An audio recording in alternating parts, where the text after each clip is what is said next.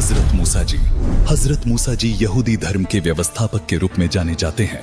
काल ब्रह्म ने उन्हें ज्ञान बताया, उसी आधार से उन्होंने अपने आप को सबसे ज्यादा इल्म वाला मान लिया।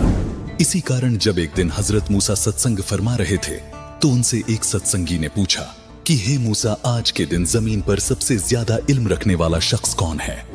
हजरत मूसा ने बड़े गर्व से उत्तर दिया, मैं। काल ब्रह्म को मूसा का ये अंदाज बिल्कुल पसंद न आया और कहा कि मूसा, तेरी यह बात सुनकर मुझे बहुत दुख हुआ। तूने अपने आप को सबसे बड़ा इल्मी कैसे मान लिया?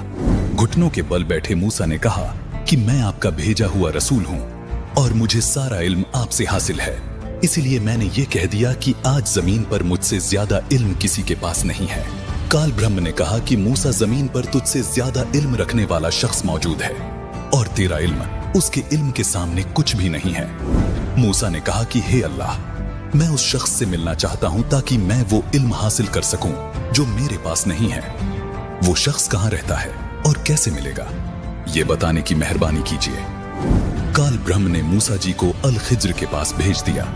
उसके बाद मूसा अल खिज्र के पास पहुंचे।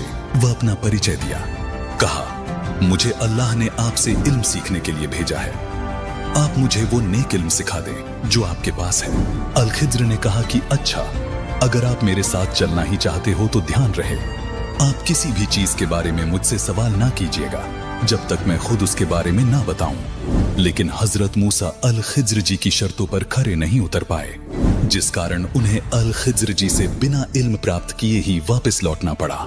हजरत मूसा को मिलने वाले अल खिज्र कोई और नहीं बल्कि स्वयं कबीर परमात्मा ही थे।